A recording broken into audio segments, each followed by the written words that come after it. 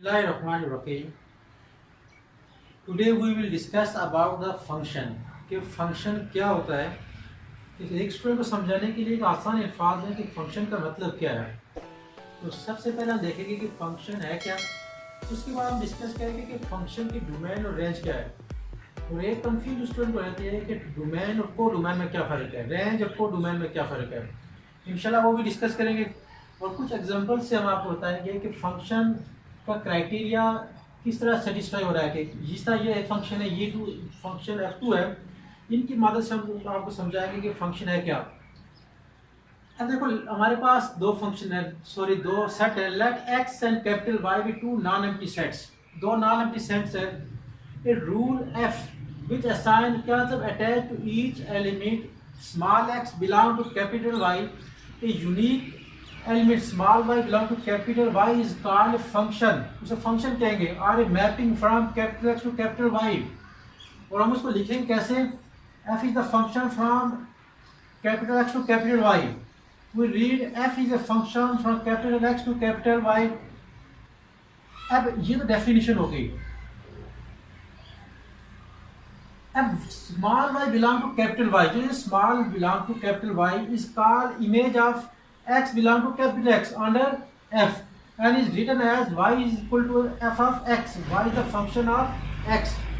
अब इसमें सेट जो x है, इस पूरे सेट x को हम क्या कहेंगे, डोमेन ऑफ f। और जो सबसेट होगा कैपिटल y का consisting of all the image is called the range of f। उसको क्या कहेंगे, रेंज ऑफ f कहेंगे। सेट y इज कॉल्ड को डोमेन ऑफ f। और जो सेट y बिजाते खुद है उसको को डोमेन ऑफ f कहेंगे।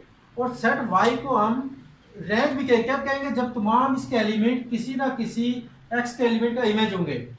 अब आइए इसको एग्जांपल की मदद समझते हैं। एक बार फिर रिपीट कर लेता हूँ कि फंक्शन क्या है। बेसिकली एक रूल है जिसमें दो सेट होते हैं। इस तरह से होते हैं कि वो x के हर एक एलिमेंट को y के किसी ना किसी एलिमेंट के साथ जोड़ता है।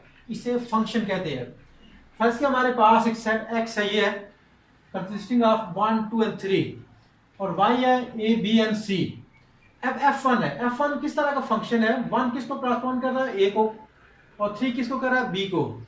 तो हमने बताना ये कि F1 फंक्शन है या नहीं है। देखिए हमारे पास सेट X है, ये कैपिटल सेट Y है, इसके एलिमेंट इस तरह से है। 1 किसको कॉरस्पॉन्ड कर रहा है, A को, 3 किसको कर रहा है, B को। अब देखो F1 यहाँ 2 रह गया है, 2 किसी को कॉरस्पॉन्ड नहीं कर रहा। यहाँ का कोई एलिमेंट बचना नहीं चाहिए जिसका कोई कॉरस्पॉन्डेंस न हो। तो इसका मतलब हुआ कि यहाँ पर ये 2 बच गया और जो फंक्शन की डेफिनेशन है, क्राइटेरिया उसको सेटिस्फाई नहीं कर रहा। तो हम कहेंगे F1 is not a function because 2 belong to capital X has no image in Y। इसका कोई इमेज Y में नहीं है, इसलिए फंक्शन नहीं है। अब F2 है। F2 में किस तरह कॉरस्पॉन्डेंस हो रही है, 1 A को, 2 B को, 2 C को, 3 C को। ये देखो इस तरह की कॉरस्पॉन्डेंस हो रही है। अब इसमें देखें ये 2 के यूनिक कॉरस्पॉन्डेंस नहीं है। तो यहां इसका मतलब हुआ कि फंक्शन का क्राइटेरिया सेटिस्फाई नहीं हो रहा। Image of 2 belong to capital is not unique, therefore F2 is not a function. ये भी फंक्शन नहीं है। अब हम देखेंगे ऐसे एग्जांपल से कि जिसमें फंक्शन वाला क्राइटेरिया सेटिस्फाई हो रहा होगा। अब देखो यहां से हमेशा याद रखिएगा कि यहां से जो एलिमेंट होगा उसका एक ही इमेज होगा। दो जब जिस तरह ये वाला क्राइटेरिया है, ये फंक्शन वाला क्राइटेरिया नहीं है, इसलिए ये फंक्शन नहीं है।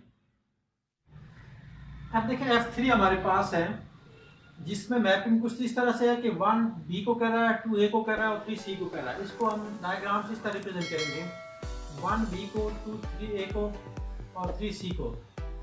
ये फंक्शन है। देखो इसका हर एक एलिमेंट का एक इमेज है और वो भी यूनिक इमेज है, कोई भी रिपीटेड नहीं है। तो इसका मतलब वो F3 इज अ फंक्शन।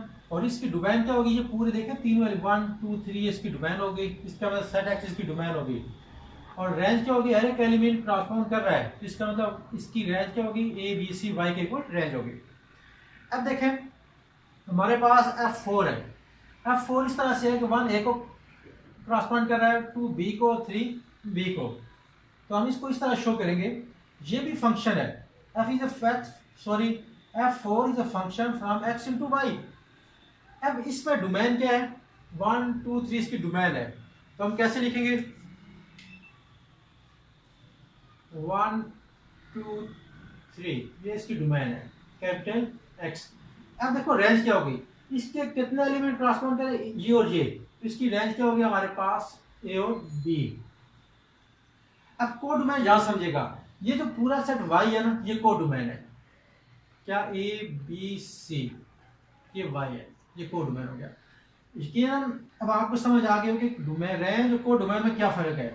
इसके दोबारा समझ लें, इसके वो एलिमेंट जो इसके साथ पेयर बना रहे हैं वो इसकी रेंज में होंगे, और ये पूरा सेट क्या होगा, कोड डोमेन होगा। अगर ये पूरे का पूरा यहाँ पर देखें, ये पूरे का पूरा सेट इसके साथ पेयरिंग कर रहा है, तो इसका मतलब यही कोड डोमेन होगा, इसका इस रेंज है वही कोड डोमेन होगा। यहाँ ये पूरा सेट उसके साथ पेयरिंग नहीं कर रहा, बल्कि दो ही एलिमेंट कर रहे हैं, ये रेंज होगी, जो पूरा सेट क्या होगा, वाई हो गया। उम्मीद है आपको समझ आ गई होगी, और नेक्स्ट वीडियो में इंशाल्लाह हम इसकी जो टाइप्स हैं उनको डिस्कस करेंगे। ये फंक्शन को डिस्कस करने का मकसद ये है कि आगे चल के हम डोमेन और रेंज फाइंड करेंगे, जो सबसे मुश्किल काम है, अक्सर स्टूडेंट इससे कतराते हैं। इंशाल्लाह आप इतना आसानी से समझाएंगे कि आपको समझ आ जाएगी। अल्लाह हाफ़िज़, अपना बहुत बहुत ख्याल रखिए।